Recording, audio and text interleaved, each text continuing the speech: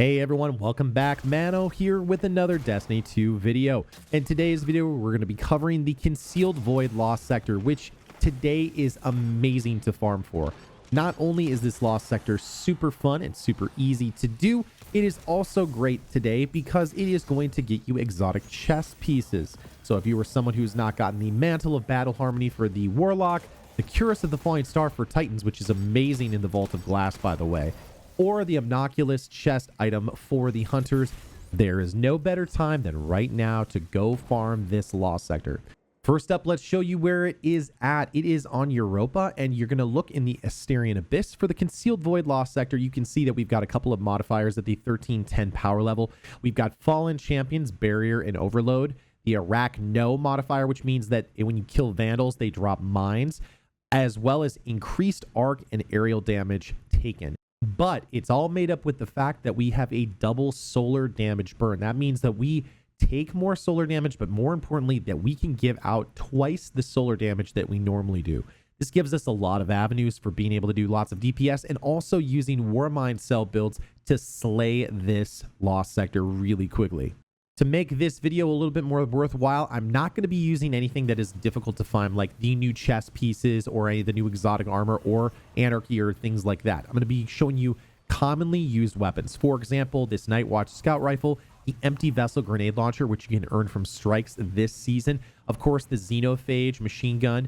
All of my builds require you to have some Warmind cell mods, but they're really easy to pick up now with Ada 1. On the Titan, you can actually use surge detonators to take care of overloads. Plus, we're going to be using Sundering Blast and Hammer of the Warmind. We're going to use those on all the builds. In addition, I'm also going to let you see the video of some of the runs that I did on each of the different characters so you know what's going on. For the Dawn Blade, I'm going to be using Middle Tree Dawn Blade, which is going to allow me to have a Well of Radiance. I'm going to use a Night Watch scout rifle, just like the Titan. I'm going to be using the empty vessel grenade launcher, just like I did on my Titan, as well as my Xenophage build. And again, I'll be using a lot of the Warmind cell builds like I did on my Titan, but you'll also notice that on my Warlock, I'm using Transversive Steps, which is a very attainable exotic. It's something that a lot of people have, and that's going to actually help me to not reload as much, which is really nice. My Warlock setup is pretty similar to what I do for my Titans, except that I can't use the Arc Grenade to stun the champions. Can't use Surge Detonators, but I will be using Sundering Blast and Hammer of the Warmind. It's ridiculously powerful, again, with Warmind cell mods built onto your armor. For the Hunter, I decided to go a little bit of a different path. I'm going to be using the 7 Seraph hand cannon in case if you do have that in your arsenal. Again, using the empty vessel. You're going to see how that's going to come into play. The fact that it's a solar grenade launcher is awesome. Again, we're going to be using our Xenophage. I'm going to be using Celestial Nighthawk, which again is a very common exotic with the bottom tree a gunslinger. And again, you can see all of these different pieces. And of course, I'm going to be using Overload hand cannon on my character. If you don't have a 7th Seraph hand cannon, you can certainly use other ones and that will be totally fine. But having some Warmind cell builds will help you to farm this ridiculously fast. So on my character, I've got almost the same thing on my Hunter, but again, using Hammer of the Warmind as well as the Sundering Blast. That is going to be the biggest thing that I'm going to be able to use on my Hunter. And now let's go ahead and get into it and show you all the different runs. I'm going to walk through my idea of what you should be doing during those runs. All right, let's start with the Titan. First of all, you'll notice that I'm not running any overload mods on any of my weapons, but that's because I'm going to be using these surge detonators on my Titan where I chuck a grenade and it stuns the champion. So right here, you can see he's actually a pretty good distance away. I knock him out with that and he is able to be stunned. Now, since I killed him with my Xenophage, a solar weapon with explosions, and I have Warmind cell mods on, you'll actually be able to make Warmind cells anytime you kill a champion. If you're lucky, the Warmind cells will sometimes be able to roll over to the right-hand side and knock out those Vandals, as well as these Shanks over here. Sometimes you don't get so lucky. Overall, a pretty fast clear of this. It's about 40 seconds clearing the room. At this point, you're going to want to make sure that you have all your weapons reloaded, especially if you are not wearing any kind of auto-loading piece. From here, you're going to go ahead and take care of the Barrier Champion. Now, if you're fast enough, you can actually see that I actually detonated a Warmind cell that was actually created by that Barrier Servitor. I didn't have to worry about shooting it with my scout rifle or anything else like that. So it was pretty easy to clear out all those enemies. That is the strat that you want to use on this. If you have to clear all those different enemies and you've got the barrier that's all the way over on the right-hand side and you're not able to kill it instantly, it can be pretty tough to clear all those enemies or have Warmind Cell builds that will actually be able to damage all of the enemies. From here, you can either use grenade launchers or anything you'd like to take care of these ads. I'm going to conserve as much ammunition as I can for my Xenophage since I'm running my Titan. With this particular build, you'll notice, again, I'm not using the Cuirass of the Falling Star because the whole idea is that you probably need the Cuirass of the Falling Star if you're farming for this. But your Thunder Crash won't do a ton of damage. So conserving as much of the ammo for your Xenophage as possible is going to be the best. There, I chuck a grenade, I do a little bit of damage, and unfortunately, I forgot to reload my Xenophage. But my grenade did a ton of damage. I was able to stun him again, and again, there is a Warmind Cell right there. This is the point where I see a lot of people have an issue, but I'm actually going to show you a really cool trick if you are on your Titan with the middle tree. I'm going to go ahead and jump up here, have them all group up. Easy, clear. Only takes a couple of seconds to set up, but you do need to be aware that they're going to be pushing you pretty hard. Now, at this point, some of the exploder shanks will hang outside of that little wall area. Just take your time. Don't go too crazy.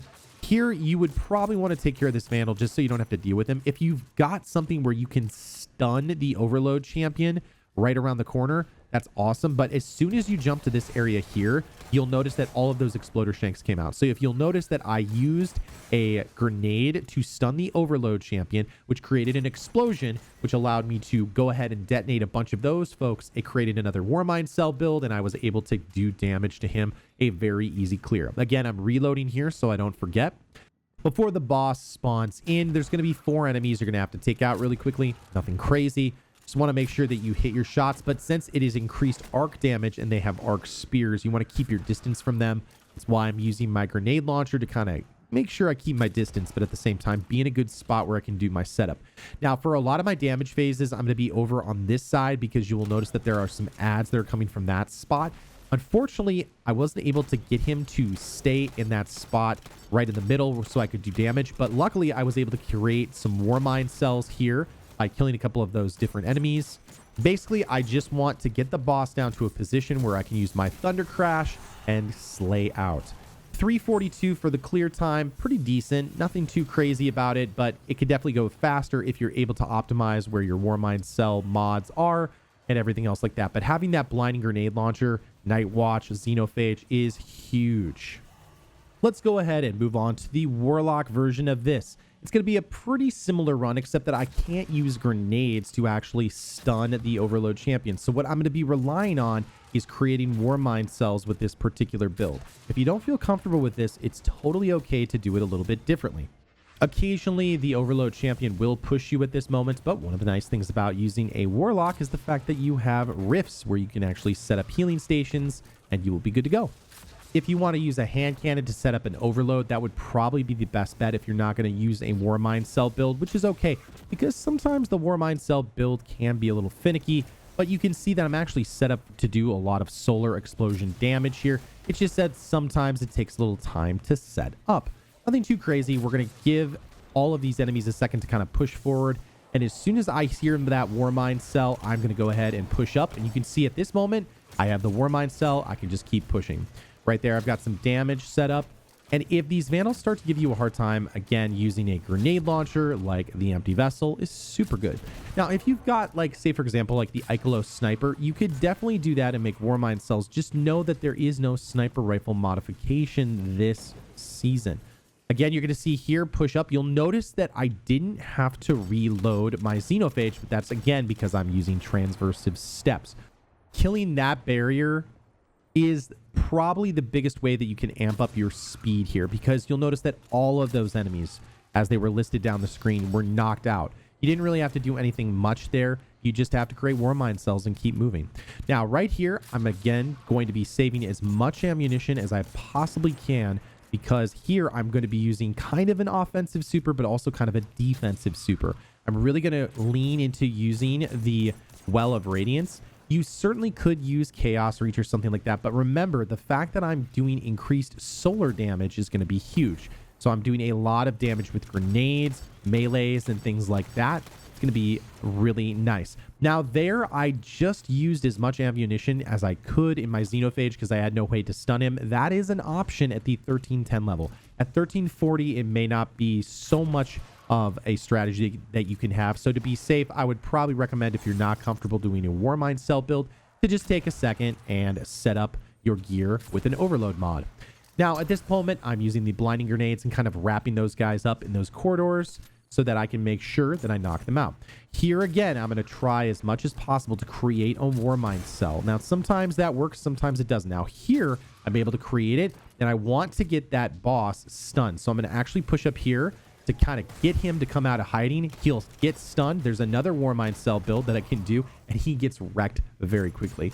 You can see how it kind of just cascades if you can do it correctly. It's a really nice build for doing that. Pretty similar like how we did it on the Titan. You've got 4 enemies, knock them out really quickly. Again, blinding aids is really nice to have. So moving up here. Now, what I'm going to do to set up this position is, instead of going to the back left-hand side of the room, I'm actually going to set up where the boss spawns here. So at this moment, I'm going to use my melee, and I'm going to attempt to get a empowered rift here. I wasn't able to do it at this moment, but that's definitely what you should do. If you can get set up with an empowered rift at that moment, that's going to be optimal. Now you can see here that I'm actually not doing an amazing job of doing DPS. I don't clear it right away, but I wanted to show an option of what you could do in case of something like that happens, because not every single run goes 100%. At that moment, I use a Warmind cell, and I'm just going to go ahead and backtrack. And at this moment, I can actually do a lot of really good damage with my grenade launcher, and I just keep moving. Since I've used my Warmind cell builds, I'm able to create a lot of different ways to do damage. But at the same time, if you're not comfortable with that, I can't say it enough. If you're not comfortable, just go ahead and change to an overload mod, and you will be good to go. Speaking of different builds that use an overload mod, I'm actually going to hop onto my hunter, and now I have my 7th Seraph hand cannon. I'm still going to try the strategy of trying to get as many of the enemies to create Warmind cells with my grenade launcher as possible, but now I actually have a default of creating a Warmind cell with the 7th Seraph hand cannon. So at this moment, I come around the corner here, and I'm able to stun him for just a second. He creates that blast, kills another couple of shanks, and you can see I've got a Warmind cell ready to go. A great way to clear this lost sector. Now, fellas and ladies, it is possible to do this without Warmind cells, but even having 1 or 2 in your back pocket is going to be huge. For a lot of the stuff that I do in PvE, I make sure that I have armor solar mod so I can make sure I can slap on Wrath of Rasputin and Rage of the Warmind. Now, here's a perfect example of waiting for the enemies to come to a better spot. You'll notice that I waited for the servitor to come to me. I knew that if I had pushed out right where I'm standing now, that the enemies were just going to wreck me. So instead of me chasing the servitor, sometimes it's okay to let the servitor or the champions come to you so that you don't get wrecked. Now here, I'm going to actually blow that up so I can get a little bit of a burning piece here. In addition, what's nice about using Xenophage at a double burn modifier is the fact that I can pretty much take care of any kind of shields that I want with Xenophage. Here I could use Xenophage for the heavy shank, but I'm just trying to work on my grenade launcher skills and failing for right now. So you'll see I move up a little bit closer, throw my knife at it, and there, it will stay still so I can knock it out. Using grenade launchers and learning how to shoot them is actually a really good skill set. They're very, very good right now. If you don't have this grenade launcher, I would definitely recommend going into some strikes. Also, the ignition code is a kinetic version of the grenade launchers, and I would really recommend that you go get those if you are here in the season of the Splicer and you want to farm for some different weapon rolls. Now here you can sometimes make Warmind cells. You can see I'm doing some burning damage to those folks, but it won't always be enough to kill them. At that moment, you can either use the blinding nades here, or if you want to, you can push up a little bit farther or use your grenades to knock those folks out. We've got one more guy here. Knock him out, and unfortunately he made a Warmind cell at the worst time. Now if you're lucky, at this position here, you can actually stun the overload when he pushes out and he spawns right away. Sometimes you're able to get him, sometimes he teleports right to that hidey spot on the left hand side. Getting him before he hides is optimal, but if you need to, just stun him real quick there, go to your Xenophage, get a couple of shots, and it usually will create a Warmind cell or 2 that you can use to knock out the rest of the enemies. Now, luckily with my hunter, I'm using Celestial Nighthawk, so it's not going to be too nasty of a clear. I'll be able to do a lot of weapon damage here. In addition, I'd recommend that you're using a hunter build that allows you, instead of getting your melee back, use the reloading piece here. You're going to see I'm going to do some good damage to the boss when I'm actually hitting him with Xenophage. And if I go ahead and stand in this spot here, I can actually do some damage. If I need to, if I get into a bad spot or I miss my super or something like that, or I need to hide, I can actually continue to use Xenophage. I can just reload real quick using my dodge like that. Obviously, you don't want to dodge into the arc damage, but that's what happened to me. Create a Warmind Cell build. Start to knock him out. He's in that position. I know I'm going to be able to clear him. In fact, I believe you can take care of more than half of his health with the Celestial Nighthawk if you've got that on your hunter.